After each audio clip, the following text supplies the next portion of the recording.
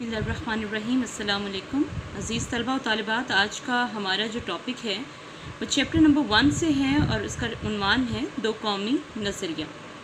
जैसा कि नाम से ही ज़ाहिर है कि दो कौमों का या दो कौमों के नज़रियात।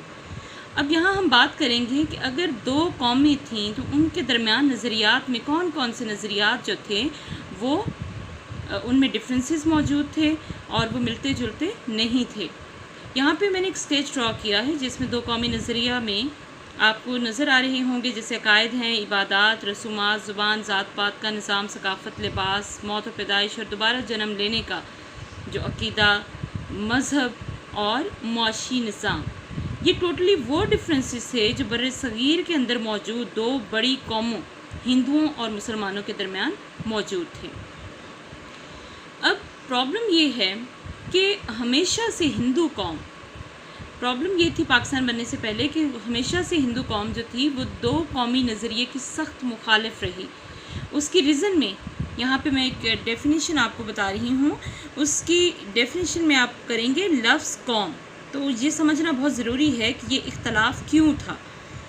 दो कौमी नज़रिया ये अंडरस्टूड सी बात थी कि ये मौजूद थे, डिफरेंसेस सारे ये सभी लोग जानते थे, मुसलमान भी और हिंदू भी। लेकिन इस सारी चीज़ के जानने के बावजूद अगर हिंदू कौम तस्लीम करने के मुसलमानों को तैयार नहीं थी तो इसके पीछे एक रीज़न थी, और वो ये थी कि कौम की डेफिनेशन है कि ऐसी मुस्तहकम बरादरी, लोगों का एक ऐसा बड़ा ग्रुप जो किसी ख़ास इलाके के अंदर रहते हुए अपनी ज़बान, सकाफ़त, मज़हब, कल्चर, लिबास और दीगर अकायद रखता है। और इस लफ्ज़ कौम की थ्रू अगर हम डेफिनेशन की बात करें तो मुस्लिम कौम जो थी वो हर लिहाज पे इस टर्म पे, इस डेफिनेशन पे पूरी उतरती थी। और कोई भी कौम, कोई भी लोगों का ग्रुप या बरादरी जो कौम कंसिडर होती है या उनमें नज़रियात की हमाहंगी पाई जाती है तो वो कौम एक अलहदा वतन हासिल करने की डिमांड या मुतालबा कर सकती है।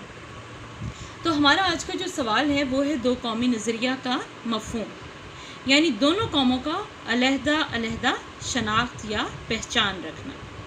इसमें हम अगर नुमाया शख्सियात का ज़िक्र करें तो सर सैयद अहमद ख़ान का ज़िक्र करेंगे, जिन्होंने दो कौमी नज़रिए के, अगर हम पायनियर की बात करें तो वो दो कौमी नज़रिए की सबसे पहली इस्तिलाह सर सैयद अहमद ख़ान इस्तेमाल की थी। स्पेशली इसमें जो आपने फ़ोकस करना है वो उर्दू हिंदी तनाज़ा है। 1867 में बनारस के हिंदुओं ने जब उर्दू ज़बान को ख़त्म करके संस्कृत या हिंदी ज़ुबान को राइज करने की कोशिश की थी, इस सिलसिले में सर सैयद अहमद ख़ान ने वाज़ेह अल्फाज में फरमाया था कि अब मुसलमानों और हिंदुओं के रास्ते जुदा हैं, ये दोनों कौमें अलहदा हैं। डॉक्टर अल्लामा इकबाल के अगर आप खुतबा इलाहाबाद को करेंगे तो हम इसका एक डिटेल में इसका आंसर भी पढ़ चुके हैं।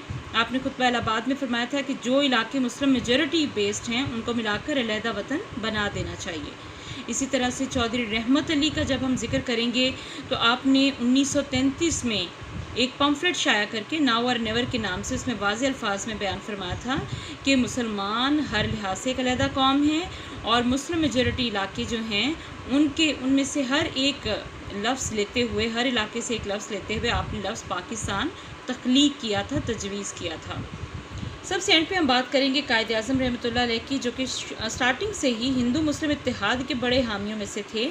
लेकिन कायद आज़म को वक्त गुजरने के साथ साथ इस बात की रियलाइजेशन जो थी वो बहुत अच्छे से हो गई कि अब मुसलमानों और हिंदुओं के रास्ते जुदा हैं, यानी तमाम तो की जाने वाली एफ़र्ट्स जो थी जो हिंदू मुस्लिम इत्तेहाद के लिए वो बेकार साबित हो रही थी वक्त गुजरने के साथ साथ। और उन्होंने ये साबित किया था कि हिंदू जो हैं वो किसी तौर भी मुसलमानों को उनके जायज़ मुतालबात और हक़ दिलाने की फ़ेवर में नहीं हैं।